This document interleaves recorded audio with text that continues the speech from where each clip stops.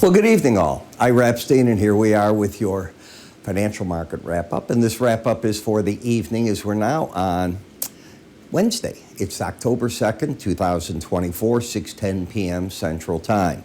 First, I want to wish all of our Jewish followers a very happy New Year, Lashana Tova, as they say, and this is the beginning. So today's one of those days a lot of people are in synagogue now. Some will not work tomorrow. Others will be back at work tomorrow. It's one of these type of holidays that works that way.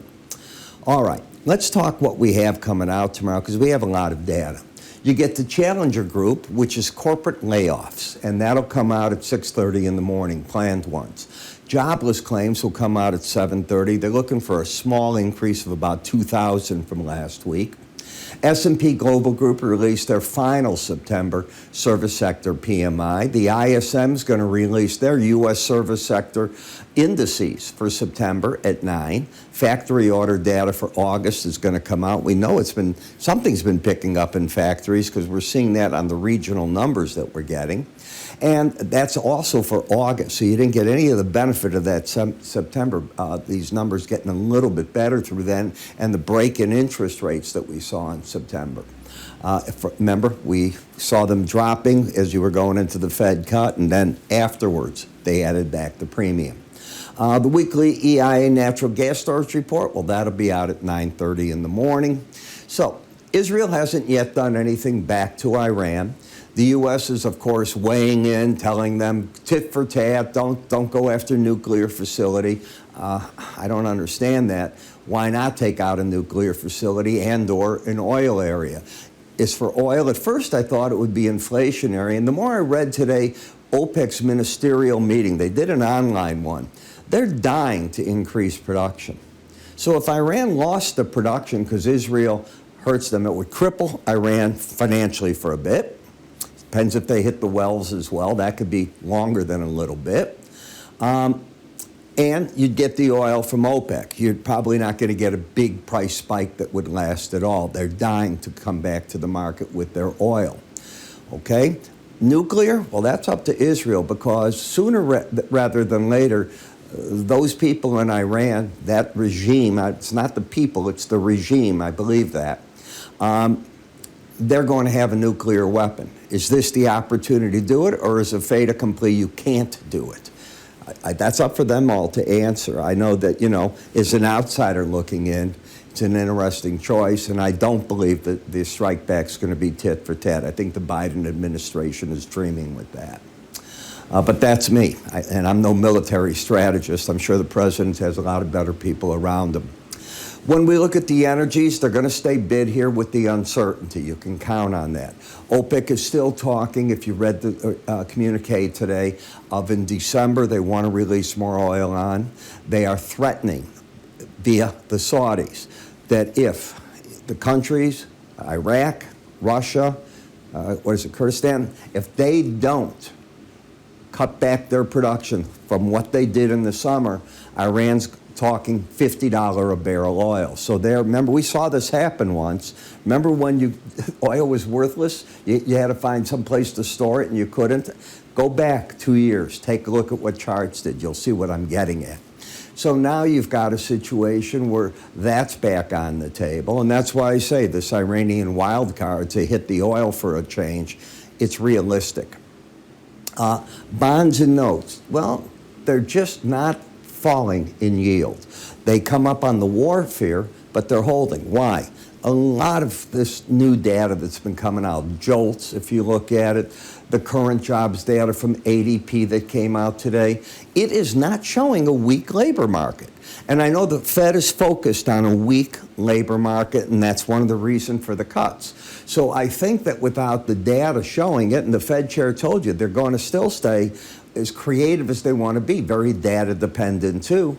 Well, and I agree, we're only getting the end of September. Next meeting for the Fed isn't until November. A lot can change. But the data that is coming in, if you had a meeting tomorrow, there's no 50 basis point cutoff of that. None at all. The data isn't weak enough. So now the market's disappointed, and that's one of the reasons you're adding back some yield, in my opinion. as you can see, you're staying in a bullish stance. I was today looking at these markets, and I just don't see how they're not going to rally into year end. I'm looking at the set of fundamentals. I just don't see it. Are there wild cards that can happen via Iran and Israel? Yes. There are wild cards in Ukraine and Russia that can happen? Yeah. But barring the war element, I see everything getting better, not worse. And this market will look, and corporates are going to do better, people, jobs. I don't know who's going to win the election. I mean, were you swayed last night with Vance Walz? I wasn't, but I certainly I really appreciated the debate. Number one, it was civil. Number two, they shake hands. Number three, that's what debate should be. They debated their positions. They debated the positions of the people they're representing.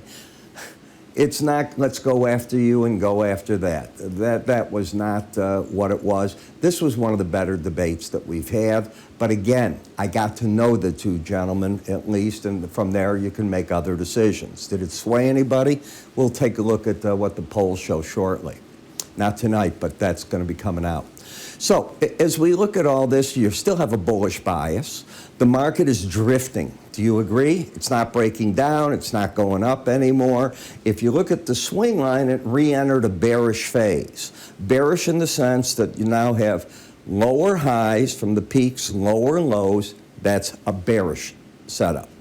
But all that I'm looking for is generally the first support is the 18-day average of closes. You went there for all purposes today, and you held that area. So I don't know. On the upside, you hit once the Bollinger Band, and you really ran out of your momentum there. Yes, you went a bit higher, but you ran out of the momentum. You didn't explode or anything. And you just lost all your upside momentum on the charts. And you'll say, what is he talking about? When you lose this reading, prices often go to the 18-day average. You're there. So it's done what it has to. Now what's the next thing it wants to do? Same thing going on in the NASDAQ. You lose that reading, you often go back to the 18-day average. The Dow's lost it and it hasn't. I think it's going to go down to that number. So before it goes up over this arrow, I think it's coming down to wherever the 18-day average is. And you never did embed, but just to say I'm one of the boys, the Russell fell back and you're just sort of hanging right there. Very much in sideways action. People love this chart right now because they think this could be a base. And if it is a base, then they'll pick up the range and they'll say it's going back up into that general area. Okay, hasn't done it yet. Hasn't even begun that. In the notes and the bonds, again, a bear market rally up to the 18-day average is where you've been failing. Now remember, as the market drops, you're adding back yield. As you rally, that's when you're losing real yield.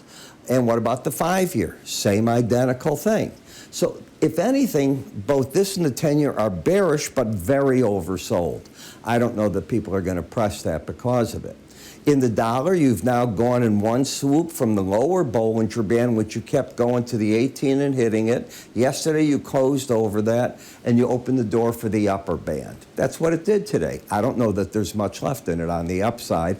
And as I said to you yesterday, I wouldn't be surprised if you get down to the lower band here, and you're already very oversold.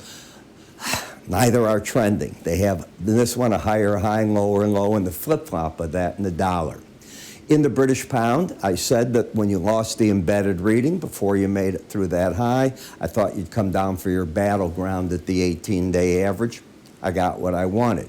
Now, should the market get down and close under 132.35, which is also under the 18-day average, that could generate sell signals for the next level down here. The key would be not to get back over 133.04, I guess it is.